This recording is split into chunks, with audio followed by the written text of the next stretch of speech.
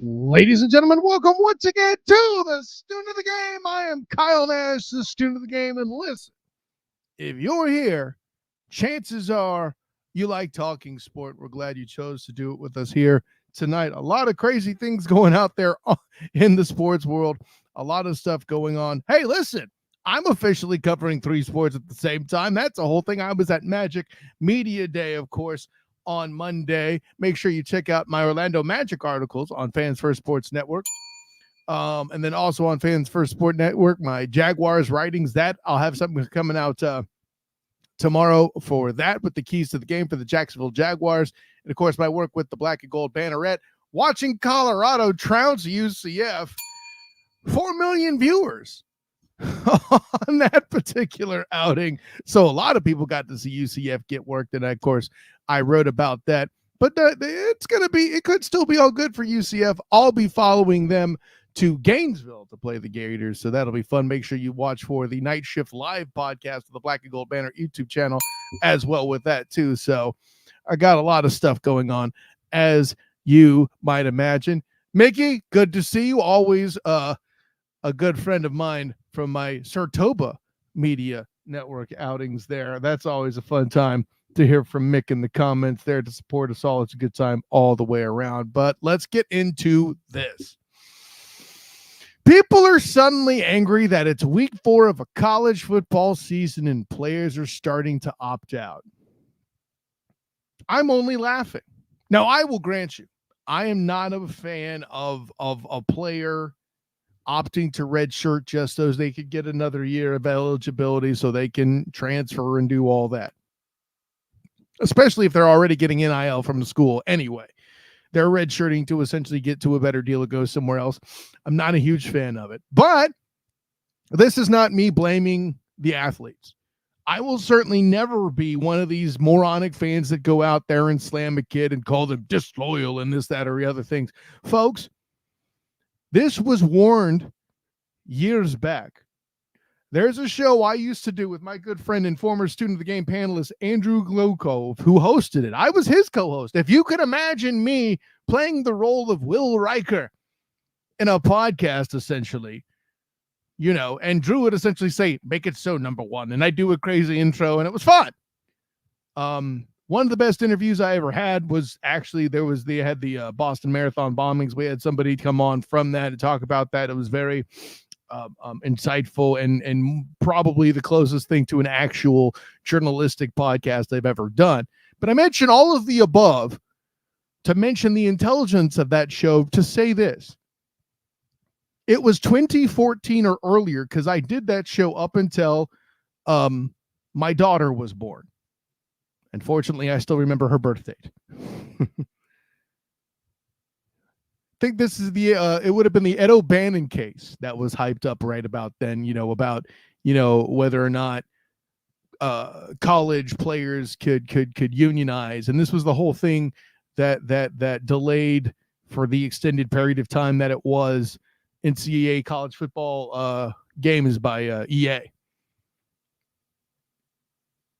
And we warned people, Drew Glukov and I, that you don't want to pay players. You want to be careful how you do that, because then you'll just basically get another professional league, and then agents will get involved, and the feeling of the game will change. Well, folks, I don't have as fancy of a setup for sound bites as my good friend Big Jig Niece of the Huddle Up podcast, who I was on with Tuesday night, to go full Lucifer Morningstar and say, I tried to tell you, but you wouldn't listen. Oh, sure. It was 10 years in the making. And I didn't mean to imply, I think neither me nor Drew were here to imply that it would happen immediately. Hell, we weren't even sure players were going to get paid eventually at that time, but the NIL came and at will transferring came, et cetera, et cetera. I mean, I call it at will, but whatever, close enough. We get it. And for those of you out there, well, you cover the back of gold UCF. You must be talking about Xavier Townsend. I am not. Well, not just him anyway. What about the UNLV quarterback? That whole situation where he thought he was promised one thing, the school never signed an agreement, and the guy who was his agent wasn't a licensed agent to negotiate, and then there could have been an assistant, whatever. This is where we're at. Am I taking a victory lap right now? Kind of. But this is less about me saying how right I was and more about telling the people out there that are angry at the players, don't be. This was inevitable to happen. The moment you ran at NIL, you agreed to let agents and representation come into the building, especially when you have literal kids, children, entering in the deals that will levy them enough money so that at that age, just for the sake of being good at a hobby, they'll own a car more expensive than I'll ever try to buy. And I'm not jealous of them for it. They're taking an opportunity. Hell, I'm proud of them of it. The only part where I might be a little bitter is, I'm still trying to look for a job in my day job, but that's a whole other question, right? But I mentioned the car thing, not so much because I have a problem with how they spend the money that they get. It's more showing the amount of dollars coming out that they need representation, that brings the Sharks. That is the blood in the fiscal water, and Jaws be coming. Okay? There's a reason why they call that show with Mark Cuban and Mr. Wonderful and all those rich entrepreneurs Shark Tank. If you're shocked at this development from taking place after seeing some of the numbers that have been played, by the way, in some cases, by players that aren't performing well, that are getting tomato cans, that are actually showing a literal turnaround for the worst. I don't mean to call out FSU, but anybody who's taking NIL money right there was supposed to be improving that program or maintaining that program and aren't. Fairly certain they're still getting their money, though. Right? But that occurrence is something you should have seen coming. We tried to warn you all, but you wouldn't listen. Now, that being said, do I truly believe that stops anybody from watching college football? Nope. But I will say that it does change the experience, right? It'll be the concept, a guy had a bad night. Darn it, he's just a kid and he's trying his best. Now he's a professional. And I don't care how old the kid is, right or wrong, those fans will treat him with great and total, just unadulterated vitriol that comes from dealing with fanatics. As we like to remind our people, the cliche, fan is short for fanatic. So I don't know how better we can protect the fans, the players in all of this. But who even knows what this will do? We're still seeing changes permeate from it, right? The Pac-12 raiding the Mountain West, the Mountain West raiding other conferences like Conference USA and the American and things like that, trying to bring people in to save their conference. And then what are they supposed to do? Maybe nobody cares. Certainly the viewership would tell you that for some of these conferences that exist. It sounds like, more like a guy out of the beginning of the first Guardians of the Galaxy movie. Who? Star-Lord, man. I'm the Conference USA conference, man. I'm the MEAC, man. No offense to the MEAC. It's a fun conference, but it's not as popular as perhaps it should be, right? But this is where we are because we thought paying players was a good idea. I don't know. It's a complicated topic. I know that people will go after me saying, the alternative isn't to pay them. I don't know. But if you're surprised that this happened, that means you should have been listening to my show 10 years ago when I warned you that agents and sharks would get involved and things like this would happen in college football. But hey, at day's end, I'm still going to watch Travis Hunter have fun. I'm just saying. Anyways, speaking of having fun, enough of this college football whining and I don't mean to sound like an old man yelling at the cloud, but I just had to say something about it because there's just too many people complaining out there as if they're shocked. that college football athletes are more like free agents in the pros. I don't know. Anyways, let's actually talk about the pros here. I don't know if you guys have noticed out there in the NFL landscape, but the Washington Commanders have done a fantastic job of late. They've won games, and they're suddenly looking a lot more dangerous than I could possibly imagine.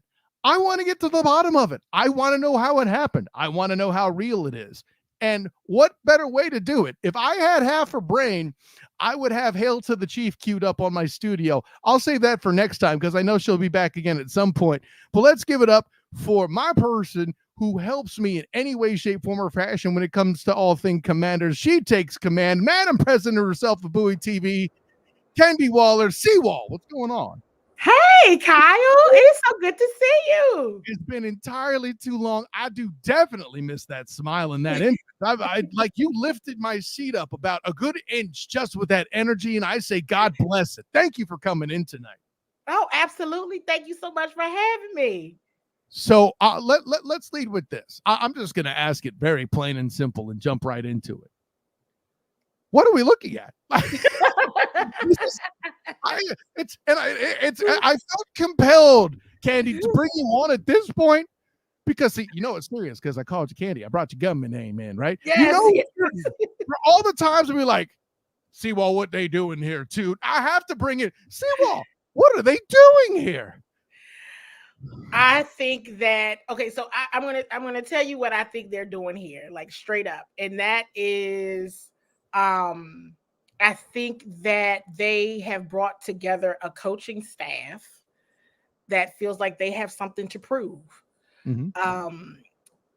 It's kind of like the storyline that has been there the whole time, but isn't getting as much conversation as I think it should, right? I mean, there are previous head coaches, right, that are position coaches, previous coordinators, and everybody has come together to create this. Mm-hmm. And, you know, even myself have talked about rebuild because that's just what we're used to hearing. But Dan Quinn was very clear. This is not a rebuild. It's a recalibrate. He said it. It's not a rebuild. It's a recalibrate. Mm-hmm. I asked the question right after they announced their initial 53 and wanting to get a little understanding of recalibrate versus win now and all of that. This is a team that every single week is getting better.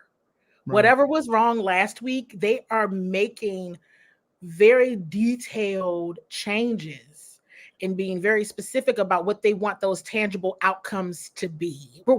That's what we're watching. We're watching a team that is taking their improvement and their growth very seriously, but it's also a team that I think is very serious about wanting to win football games. They're not trying to let this be a 2-3 year project. Right. They want to get results right now. Well, and let me leave first of all, like, and you know, it was on the other night. I was talking with my friends, you know, Big Jim Neeson company over at Huddle Up, and they actually kind of held. Well, they lost their opening game by 16. I'm like, right, but they didn't have a chance to grow yet. You had a rookie quarterback in his first football game, and then suddenly he's out here being Joey Burr in a shootout. Because somebody gotta tell me how that's not growth. What are we doing here? CWall, help me, please. And well, you did help me there. The seriousness and the devotion to it. You mentioned proper coaching. Listen, we gotta bring this up too because we talked about it on this show. Dan Snyder out the building and rebooting the front office had to be a little too, right? Oh, absolutely. This ownership group is not one that is like this. This team cost a lot of money. And one of the things that cost a lot of money, and I definitely have said that too. Hey, look, if you pay this much money for something, if you pay this much money for a car, I would expect it to go fast. And they don't want it and not have to go to the mechanic anytime soon. So they want it to work. And I think this is the ownership group who has been very clear about wanting to see the return on their investment. And quite frankly, the return on their investment is winning football games, winning championships. They want to be dangerous. They want to be known. And I don't think, I mean, when we look at some of the pedigree of the ownership group and the type of businessmen they are. Mhm. Like you said, Kyle, look at them first, and then look at Adam Peters, right? And the from everywhere from player personnel to the coaching staff. Again, they're bringing their lessons learned from past failures or past just needing to improve and past feedback to say we're all incorporating our own version of our lessons learned, and we're going to come here and we're going to make this thing work. And every week I'm like, what do we, I mean, Cliff Kingsbury alone, Mhm. I've just been like, oh, Cliff, wow, you know, like, oh my gosh. And because in these press conferences, I'm really targeting him right now, because in week 2 against the Giants, they had so many penalties. They didn't score 1 touchdown, 7 field goals. And every single week, he's able to articulate exactly what they did wrong, exactly what they need to do to get better. And then you see it on the football field in the next game. And it's like, wow, whoa. Well, And it's you know, and it's always auditioning for the next job or just to keep your job too.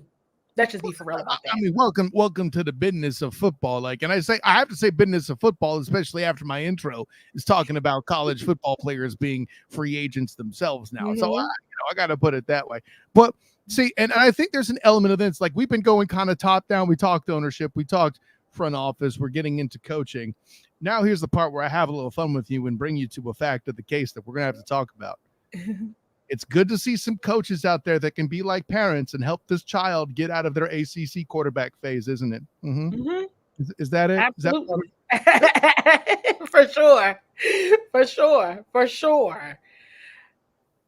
Well, and starting with that, I mean, Jaden Daniels. Let Mm-hmm. me ask you this: as somebody who's hooked into the team, to me, like, you would be a better person to make this comparison. But somebody said to me, I think it might have been my good friend EJ Christian on the same aforementioned Huddle Up. No, I'm too lazy to reach for the bell. No bing for that one. But he said something about it reminded him of RG3, and I says to him, I don't remember RG3 looking this calm or consistently delivering passes like this. I don't see RG3. By the way, I'm an RG3 guy. You and I have had the conversation about how Elder Shanahan ruined his career, which now, of course, I'm conflicted because his son coaches my team. That's all the okay. But there's no way I felt like, and I have to say this carefully because I do like RG3 as a player. I think he's even better as a personality. I do hope to meet him one day, so I have to say this carefully. But there's no way in my mind that RG3 from day one delivered the same quality of football as Jaden Daniels. Is that a fair thing to say?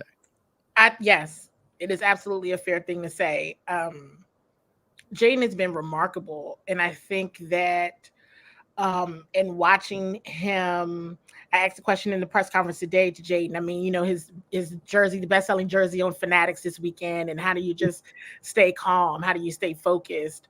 And he's like, hey, I mean, you got to, you know, and this is something that they say, you got to keep the main thing, and you just got to stay focused, because what if I have a bad game? Then everybody's saying the opposite of me, right?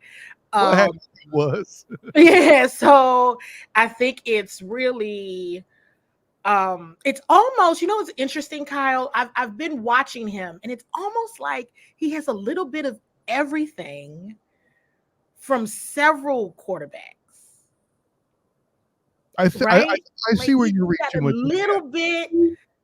It's a little bit of everything, because we knew he had mobility. Which, I mean, listen, sure. I've talked to another people at the high and at the Hall of Fame level, right? You know, I've talked to Michael Vick, I've talked to Jimmy Johnson, I've even done the college level with, you know, of course, Coach Gus Malzahn obviously agrees, but I've talked to a number of people that say that basically in today's NFL, mobility is essential. Jaden Daniels has that. Pick a quarterback. I'm not going to say he's certainly not Lamar Jackson mobility wise, but you know, I don't know the perfect comp for his mobility, but he certainly has it. Yeah. I would say, well, there's a name I would bring up, and it has to do when he was still a Texan, but now he got a little bit of a little bit of mud attached to that. So we ain't gonna bring that name up on here on this show. But you know, he has the look.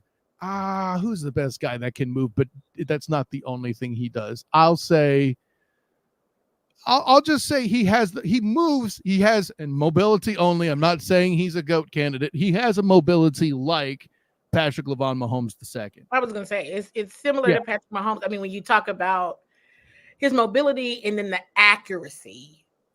Well, and I was going to go there too, but he can drop a dime down the field, with a flick. Very Andrew Lucky and Mazdak comes in with Randall Cunningham. I think that's a good comparison, but I was trying to keep it with the demographic beneath mine. But yeah, Randall, ain't nothing wrong with mentioning Randall Cunningham there too. John Hawkins says the same thing as well here in the comments. Let me go back here too, because I'm not going to, you got 3 comments in here, Dave. I'm not going to do all of them, but your punchline here with, they laid an entirely new foundation and used the pieces that were appropriate for their plan. The rest were let go. Yeah, purification of the finest order. I think that's a good way to put it. So, but we got his movement. We got his accuracy. I don't know with whom you compare just being able to pick it up quickly off the bat. It's almost like a Stroudian quality at this point. CJ Stroud, of course, is to what I refer. I mean, he has impeccable work ethic. I mean, he's one of the, the first to be there, the last to leave, and he wants to get it. And I think it's just a mentality. He's super humble, but he's a different person on that field. And he really, truly believes he is the best player on the field. And he operates as such. Therefore, the culture of the rest of the team just elevates, because the reality is the quarterback is the leader of the team. Sure. And that's the reality. And that mindset transcends. So it's, in the play call, I mean, it all has to work together. But for him to come on there and even sometimes, and he shared this, if he doesn't like something or he doesn't, not real sure about it, he and Cliff Kingsbury have that conversation. Right? Sometimes the players get involved and have that conversation, and they as a collective say, let's go do this, and it'll work. And one of the things that I on Sunday had to even put my binoculars down, Kyle, in the press box and be like, okay, wait a second, and going from OTAs to training camp to practices, I'm like, these are things they did all summer long. Here's the interesting thing, right? It's one thing when you're doing it against your team. It's like, but I'm seeing it work against opponents' defenses. And I was like, whoa. I can relate to that. The Jags look great throughout camp, and we know how they're doing right now. I mean, right, because it's like everybody looks good in camp, but I'm like, wait a minute, it's starting to work. And I've been, I mean, some of the plays are the same from week 1. And we know how Tampa Bay went, and it's just the act. They just had to get in the game form, and it's not any shade to the teams that they've played. Like, okay, little love Vita Veo's way too. He could be a problem for a rookie quarterback. Right, I mean, for sure. And that's why I'm like, whoa, are they getting better? I mean, and I guess that's what you want to see every week. You do want to see improvement. You don't want to see the same mistakes every week. But I think that's the fact that between the coaches taking accountability for how the players show up and execute, and the players themselves taking accountability for the execution, right now it's just working. Okay. Well, yeah. So it would appear. And granted, there's still a whole ton of football left. It's a lot of time. That's why I'm like, can we all everybody just be quick, just watch it and let's see what happens. I'm enjoying it, frankly. Like, listen, I didn't enjoy having to dog, you can't spell Sam Howell without plenty of L's. Okay. That joke was getting old. I needed something new. And here comes Jaden Daniels. I get it. Jaden Daniels has 1 L in his name, but that was in week 1 because he was learning, and that's okay. So, here's where I'm at. And obviously, I think the defense, you'll agree, is kind of the concern at the moment for this team. But, there's still room for them to improve. But there's a conspiracy theory I'm developing. And since you're here and you cover the team, you are in perfect position to comment whether or not this dark hat I'm wearing is actually a painted tinfoil or hat, or if I'm onto something. Here we go. So the Giants in the NFC East, okay, we know that under Coach of the Year 2022, Brian Daboll, is currently at the bottom of the division. I know you're not signing off on that. That's just the thing I have to remind everybody that was ridiculous. That's a me problem. But with what you hear with the Cowboys and what's going on there, confidence is getting low. The argument is surely that they too are trending down. The Eagles, I know they got a lot of injuries right now, and maybe they could still bounce back. But today, with the drama in the office there going on, Nick Sirianni, Jalen Hurts, they're not jiving. And then what having happened last year with them losing a playoff game, and we were promised, oh, well, they changed the coaches, so it's okay, and Sirianni will have to do less, and they're still kind of struggling. They're kind of trending down. The Commanders are the only team that is trending up right now. I see a power vacuum forming if it goes wrong enough, because it already kind of is for the Cowboys, let's be real. And the Eagles, and again, we've cited the Giants already. We'll move on. Mm-hmm. That Washington could ascend and be the dominant team in this division as soon as next year. Am I out of my mind? No, you're not out of your mind at all. No, not at all. I mean, it's always kind of like a barring any injury, right? I always say, the healthiest team at the end is probably going to be, and injuries do matter when you lose key players. And so some of those teams that you mentioned, the Cowboys, the Eagles, they're dealing with some tough injuries right now. Sure. Key players. Defensively, right. And the vibe between players and coaching staff is not there right now with some of those teams that you just named, and everything right now, knock on all of the wood around you is clicking right now with the Commanders. So you're not out of your mind at all with that statement. I mean, listen, I've been accused of more for less different situations. I'll put it this way. I got to go to the comments. Apparently, there's one other person who believes the NFC East is shaking in their boots, says Aaron Smith. Yeah, well, I do want to acknowledge that. I definitely, I am aware, and I will say this on your show. So, dropping dimes right here. Mm-hmm. I am aware and have been told that the Commanders they are freaking people out. Mm-hmm. And it's the coaching staff. People are like, what are they doing with these players? I mean, that's why you here. I'm freaking out. I don't know what's going on. You can ping Darrell, and I told him I might, I didn't know if I was going to drop it or not. And I said, I'm going to Kyle's show tonight, so I'll drop it there. There is a concern. Wow. About what people are seeing with the Commanders. And they're like, wait a second. See, I didn't even know about that. So this really fits the power vacuum theory. Yeah. Really so, people are paying attention. And it's this, as they have even said it, this world-class coaching staff that they've put in place, and these players that people had counted out in a rookie quarterback that is extremely accurate beyond his years. Yeah. And I don't remember seeing that at LSU, and yet here we are. No. It's different now. And it is different. It's game day different for sure. And so we'll see what happens. We'll see how other teams prepare. That's what I'm looking for, Kyle. Like, once the film starts coming out, how will everyone adjust? Well, yeah, and then that'll be the true test to your point. Right. And I'll even say this, though my theory is fun and has some a little bit of weight. At the end of the day, if they go and play the Cowboys and the Eagles and they don't win the football games, well, it don't mean a whole lot of anything now, does it? Now, granted, I like how David Yell puts this in the comments. The point about new construction is that every week is an add-on to the construction, or probably better stated, based on the comment coming up, the foundation. The offseason or preseason were the foundation, not the product. That's, I think, is the key here, which is why I don't buy the ceiling. Well, and I'm not prepared to say that this team has a ceiling per se yet. Yeah, I they always ask you to do predictions, and I did some, but I'm like, okay, maybe they even heard my predictions and laughed. Like, I cannot believe CWall really? I'm looking up mine because I know they're wrong now. I'm like, well, dang. I like to be wrong in that case, but barring any injury, this team is only going to go up, and that's the truth.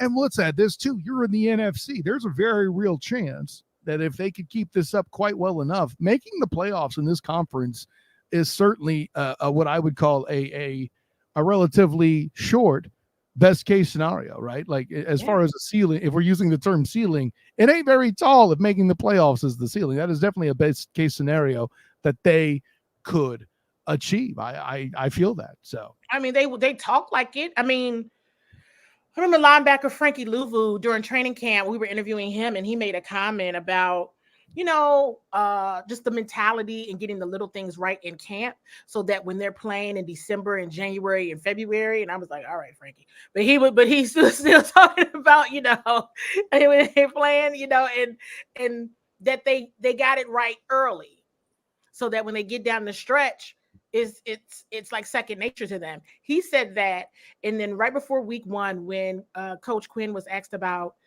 team captains, he said, well, what we're going to do is have game captains. So each game, based on performance, based on everything that they're doing, in the locker room, outside the locker room, on the field, we'll establish game captains. And then he says, and when we make the playoffs, we will establish team captains for the playoffs. And I was like, when?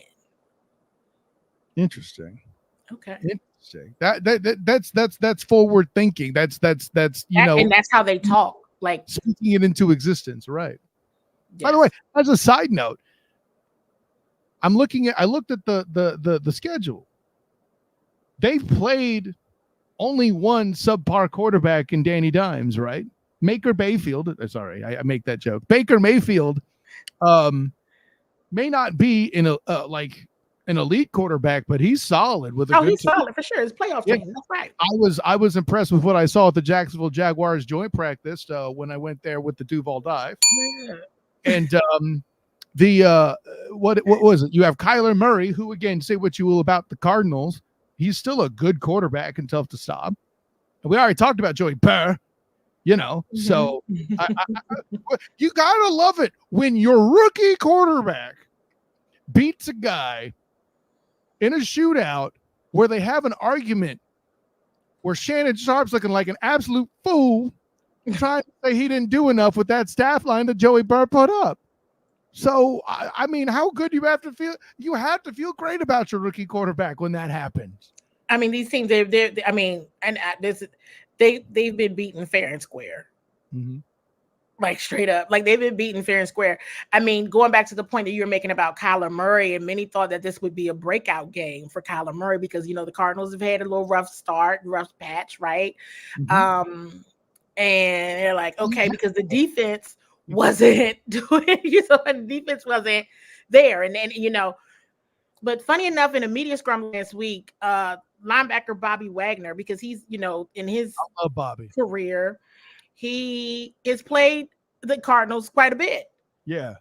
Bobby said exactly what to do to beat Kyler Murray.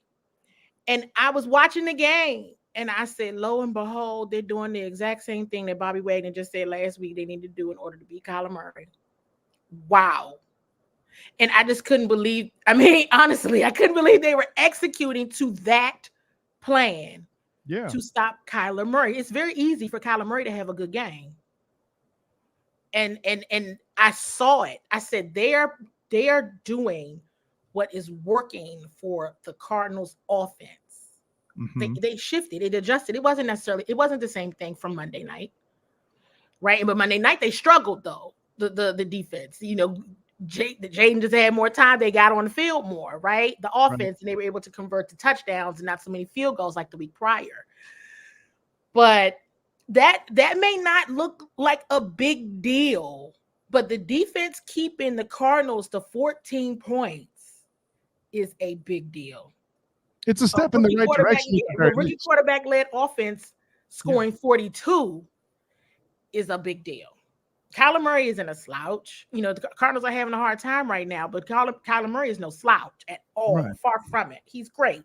And they limited that offense to 14 points. That's something that shouldn't fly too far under the radar if teams are smart. And what I'm hearing is teams are getting really smart fast. Like, wait a minute. These people are good. We didn't know this was going to happen. Hold on. Okay. Well, and like you said, we'll see what happens when people watch the tape. I mean, I know that you're hosting the Browns next week there. For the Commanders are hosting the Browns next week.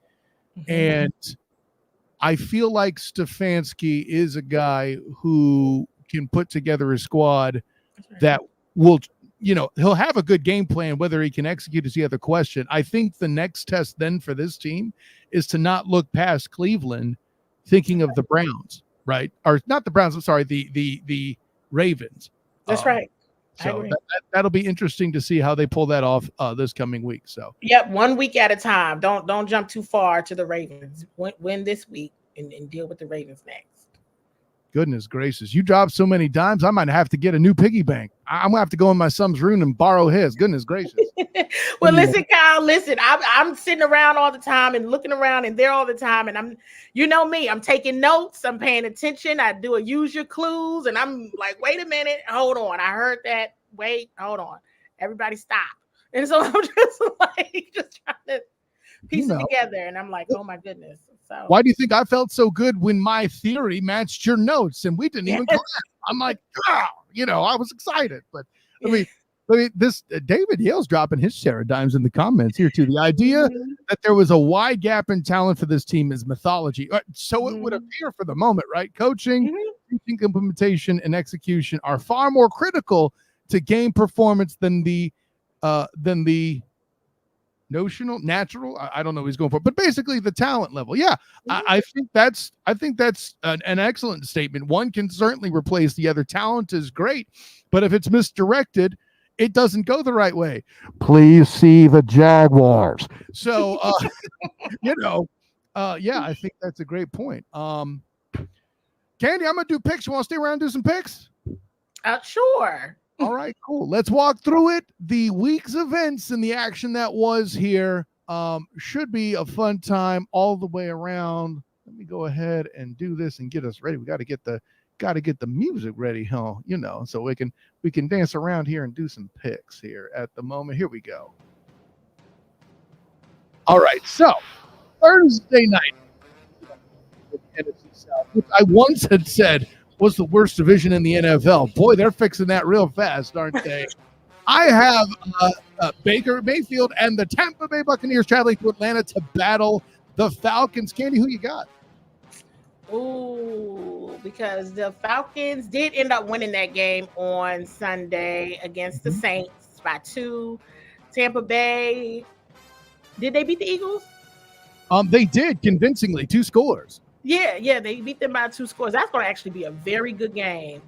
Tampa Bay and Atlanta. I'm going to give it to Tampa Bay, though. Yeah, I'm inclined to do the same, simply because I'm back in that space where I don't trust exactly what Atlanta's doing at the moment. That's what I'll say. So, I mean, listen, here's what we've learned about the Vikings doing so well this year. Kirk Cousins may have been a bigger problem than we thought. Yeah, we didn't know. Granted, it was very easy for them to walk away from it. It is what it is. Speaking of the aforementioned Vikings, in Tottenham Hotspur Stadium in London, the Jets and the Vikings do battle. Who you got, Kenny? Oh, I think the Vikings will probably keep their winning streak going. Yeah, especially with Aaron Charles Rodgers getting beat up as much as he did last week. We'll see. Yeah, he was going bad on the sideline. Yeah, he didn't look like he felt well at all. This might be the only time I say this all season. The Panthers head to Chicago. We're not playing with this. This is going to be the Bears, right? We can move on, right? It could be the Bears. It's be the Bears. A very compelling matchup, a rematch already coming up. I think it's a little soon for this, but what do I know? Lamar Demetrius Jackson and the Baltimore Ravens do battle with the Cincinnati Bengals and Joey Burr. Who you got? I got the Ravens. Yeah, gosh, as much as I don't want to bet against Joey Burr here at home, it feels like it. But then Baltimore is inconsistent. So anybody who picks the Bengals, I mean, if it's a good friend, Mikey B, who's a Cincy homer, I'm not mad at him. Who would have thought that this game would have been a battle of duds? The Dolphins and the Patriots. Goodness gracious. Don't watch this one with your binoculars. Your eyes might melt. Who you got? I'm going with the Dolphins. That's brave. Well, they do have. They got Huntley in there too, so he's had another week to practice. Ooh, yeah. You know what? You sold me. I got Miami too. Why not? Now I'm going to work with that there. The Browns head to Washington to battle the Commanders. I'm going to give it to. I actually would like to give it to the Browns because whenever I give it to the other team, they end up winning. Though, I don't mind you making the superstition pick. That's fine. I don't like, but we were like boo on CWall. But I do think the fans are coming in hot. They're gonna be strong. So I think I think the weather's supposed to be nice. I think so. I'll get to see. Yeah, I too will take Washington in that particular matchup as well. The Colts head over to Everbank to try to break the losing streak against the Jacksonville Jaguars. CWall, who you got? What is going on with the Jags? I want to pick the Jags. You're going to pick the Jags. Well, see, as somebody who has already made this pick on the CWall dive earlier tonight, I have the Colts. So there you go. That should tell you plenty when it comes to yeah, don't break tradition, CWall. That was funny. With that in mind, the Bills head over to Houston. Should be an entertaining football game. CWall, who you got? I was actually very shocked by how the Bills Ravens game went on Sunday night. I was very shocked by that. Yeah. I think the Bills make a comeback though against the Texans. I think here's the thing. It's the Bills versus the Texans. Who I think beats the Texans is the Texans. Entirely too many penalties. Not a disciplined team. I love Laramie Tunsil. You lead the league in penalties, my guy. You need to clean that up. And the interior offensive line for the Texans will struggle against Daquan Jones and then Oliver. That's just how I feel about it. Call it Fat Man bias if you want, CWall. But that's who I got. I have the Bills on the road in NRG Stadium. Las Vegas. The Raiders battle the Broncos. Will Bo Nix get his second win in a row, CWall? I think the Raiders take that one. Well, I've already predicted that Bo Nix will get his second win. I made it my lock. Got a lot of drama going on right now, too, don't they? Well, I mean, the drama there with Vegas with the Devontae Adams and all that. That's a good point. I picked that before that even happened. So where I live. Okay. I'm not going to Nix Bo this week. Anyway, so, the Cardinals, Kyler Murray head over to battle the MASH unit. That is the San Francisco 49ers, CWall. No, the Cardinals will lose again. It'll be the 49ers. The Cardinals will make it close with Bosa being hurt again. Mm-hmm. But listen, so long as my dude Frederico Warner's all up in the building, he's got this. I think when it comes to Kyler Murray, give me also the Niners. The Packers do battle with the Rams. Who you got, CWall? Because the Rams lost last week. I got the Packers. Yeah, the Rams lost to the Bears last week. And so listen, this is gonna be a great pair of weeks here for Darrell, right? The Bears lost to the Rams, then his team gonna beat the Rams. It's a whole. That's Darrell Owens who's doing his football thing. Yes. I have the pack as well in case that wasn't clear. No one here is picking the Giants to beat Seattle. It would be the biggest upset of the year if they did, I'm pretty sure. The Cowboys and the Steelers, CWall. This one's the Steelers. Without hesitation. I can't imagine why. Here's the thing. If you're a degenerate who bets, it's the under for this game. That's the only thing I can guarantee you, okay? I think I'm going to pick the Steelers on the strength of not having Micah Parsons out there to scare the bejesus out of the Fields. So, give me the Steelers as well. Finally, back to one game on Monday night, thank God. The Saints traveled to Arrowhead Stadium to battle Patrick LeBron Mahomes II and the Kansas City Chiefs. Who you got, CWall? The Saints and the Chiefs. The Saints and the Chiefs. The Saints have lost two close ones 2 weeks in a row, haven't they? Because they lost to the Eagles 2 weeks ago, and then they lost to the Falcons. We were just talking about that. That's right. I'm gonna give it to the Chiefs. I was gonna say like this is a comeback game. Chiefs might be due for. Who did the Chiefs play this past week? They beat it wasn't Atlanta. It was Drat. Who did it? It was close. It wasn't the Lions. No, it was the Chargers. Of course, it was a divisional game. Oh, I'll take the Chiefs. They might be due for a loss sometime soon, too. Something random. all we hear about is how they're not playing their best football and they're defensive. Okay, well, I've been saying they're a defensive team since last year. Going back to week 2, by the way. Right. When I saw them in person, Everbank Stadium. But yeah, I don't care. Oh, but Patrick LaVon Holmes II has had an interception every week, and Travis Kelce's hurt. It just doesn't matter. By the way, Chris Jones. Why aren't we talking more about Chris Jones, CWall? I don't know. I don't know. I use him as an example every week. I might just clip that right there. I don't know. That was perfect. Why are we talking about Chris Jones? I don't know. Boom. Segment done. Let's go. Anyways, that'll do it for the picks this week. CWall, that was fun. Yes, it was. I'm glad I stayed on for the picks. Hey, listen, that's the time we can let the hair down and be a little bit silly. Yes. That's a thing there too. Well, we had a great time, and of course, the best part of the show was you validating my silly theory. Of course, I'm kidding. Yeah, thanks for everything coming in here, shedding all the light, doing all the stuff. Tell the world where you can be found.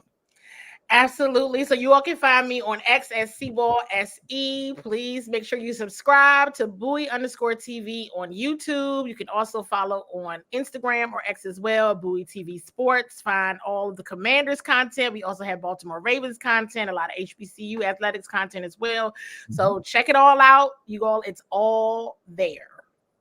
Absolutely. A great time all the way around. Madam President, thank you for coming in. By the way, I'm writing articles as well now for the Orlando Magic on Fans First Sports Network. So, I'm not saying you got to come my way when it comes to your Wizards there, but this is the only situation I'll say this to a woman nowadays. You got my number, girl. You know what you need. I do indeed have your number. I will make sure. So that should be fun when the NBA starts. But thank you a ton for coming on and talking some, well, I'm going to call it NFC East football. We expanded a bit on that there, but you brought your Commanders in and definitely shined a lot of light. So thank you for that. Of course, I am Kyle Nash, the student of the game. You can find me on Twitter, Instagram, and Threads at the SOTG. Find me on Facebook as the student of the game. Check out my writings with the Fans First Sports Network covering the Jags and the Orlando Magic, because we just had Media Day. I got articles there. Of course, my work with the Black and Gold Banneret. I will be in Gainesville for UCF versus Florida. That is still a big deal. Maybe not 4 million viewers on Fox, big deal like Colorado was last week, but still a big deal nonetheless. See if UCF can remove the little brother Tyler title from their football team when it comes to the Gators. And of course, make sure you check out Night Shift Live for the instant reaction from me from there, right from Ben Hill Griffin Stadium. And of course, the same can be said for the Duval Dive Live. We'll have an instant reaction Sunday with Travis live at Everbank. And of course, we will be hosting here in the Student of the Game studio right after that game as well. Don't forget the weekly show, the Duval Dive. We had that 7:30 tonight before this show, the Student of the Game. You could find that, though, thanks to Fans First Network on the podcast and all your podcatchers and Sertoba Media and Huddle Up. And it's all over the place, people. Find it. Make your life better. Listen to the shows. So for Candy Walter, CWall, as we all know and love her from Bowie TV, and a thank you to all the comments, of course. A lot of fun times here. An honor, joy, and privilege to talk sport with all of you tonight. Until then, till next time, class dismissed. Well, I got to get a louder bell than that. Hold on. That's a start. There we go.